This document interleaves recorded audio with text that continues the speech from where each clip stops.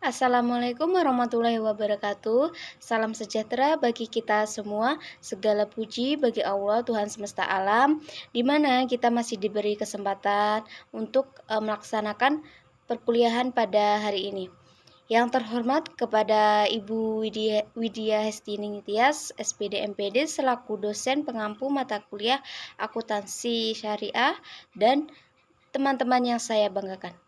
Baik, di sini kami dari kelompok 7 akan mempresentasikan materi tentang akuntansi pasar modal syariah yang akan disampaikan oleh Saudari Isma Triafdita.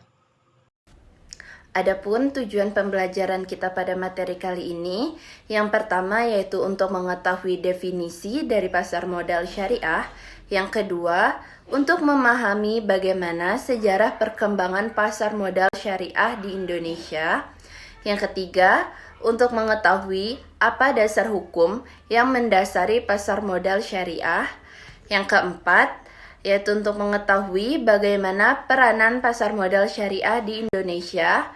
Yang kelima, untuk memahami prinsip yang mendasari transaksi pasar modal syariah. Dan yang terakhir, yaitu untuk mengetahui dan memahami apa sajakah produk pasar modal syariah. Selanjutnya kita akan membahas konsep dasar dari pasar modal syariah. Berdasarkan Undang-Undang Nomor 8 Tahun 1995 tentang pasar modal, yaitu kegiatan yang bersangkutan dengan penawaran umum dan perdagangan efek. Jadi, sejarah pasar modal syariah di Indonesia ini dimulai saat diterbitkannya Reksadana Syariah oleh PT Dana Reksa Investment Management pada tanggal 3 Juli tahun 1997. Yang selanjutnya, dasar hukum pasar modal syariah. Yang pertama, peraturan nomor 2.K.1 tentang kriteria dan penerbitan daftar efek syariah. Yang kedua adalah peraturan nomor 8.A.13 tentang penerbitan efek syariah, dan yang terakhir peraturan nomor 8.A.14 tentang akad-akad yang digunakan dalam penerbitan efek syariah.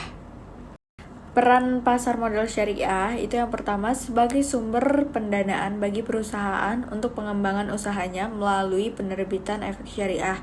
Dan yang kedua itu adalah sebagai sarana investasi efek syariah bagi Selanjutnya ini ada prinsip pasar modal syariah. Yang pertama, transaksi dilakukan atas harta yang memberi nilai manfaat. Yang kedua, uang sebagai alat pertukaran. Yang ketiga, setiap transaksi harus transparan. Yang keempat, resiko yang mungkin timbul harus dikelola dengan baik. Yang kelima, dalam Islam setiap transaksi yang mengharapkan hasil harus bersedia menanggung resiko. Dan yang terakhir, manajemen yang tidak mengandung unsur spekulatif dan menghormati hak asasi manusia serta menjaga kelestarian lingkungan hidup. Selanjutnya ada pengenalan dari produk pasar modal syariah. Sampai saat ini, efek syariah yang telah diterbitkan di pasar modal Indonesia meliputi saham syariah, sukuk, dan unit penyertaan dari reksadana syariah. Yang pertama, ada saham syariah. Secara konsep, saham syariah merupakan surat berharga, bukti pernyataan modal kepada perusahaan, dan dengan bukti penyertaan tersebut, pemegang saham berhak untuk mendapatkan bagian hasil dari usaha perusahaan tersebut. Suatu saham dapat dikategorikan sebagai saham syariah jika saham tersebut diterbitkan oleh emiten dan perusahaan publik yang secara jelas menyatakan dalam anggaran dasarnya bahwa kegiatan usaha emiten dan perusahaan publik tidak bertentangan dengan prinsip-prinsip dari syariah. Yang kedua ada sukuk. Sukuk merupakan istilah baru yang dikenalkan sebagai pengganti dari istilah obligasi syariah.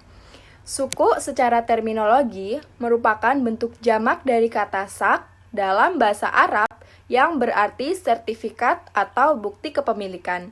Sementara itu, peraturan Bapepam dan LK nomor 9.A.13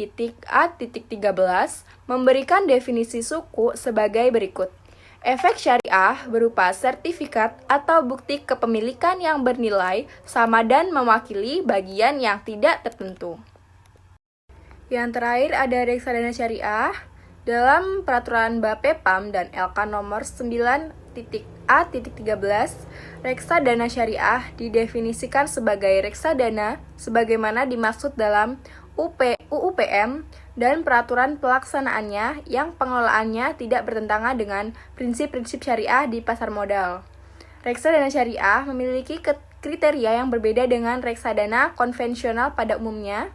Perbedaan ini terletak pada pemilihan instrumen investasi dan mekanisme investasi yang tidak boleh bertentangan dengan prinsip-prinsip syariah.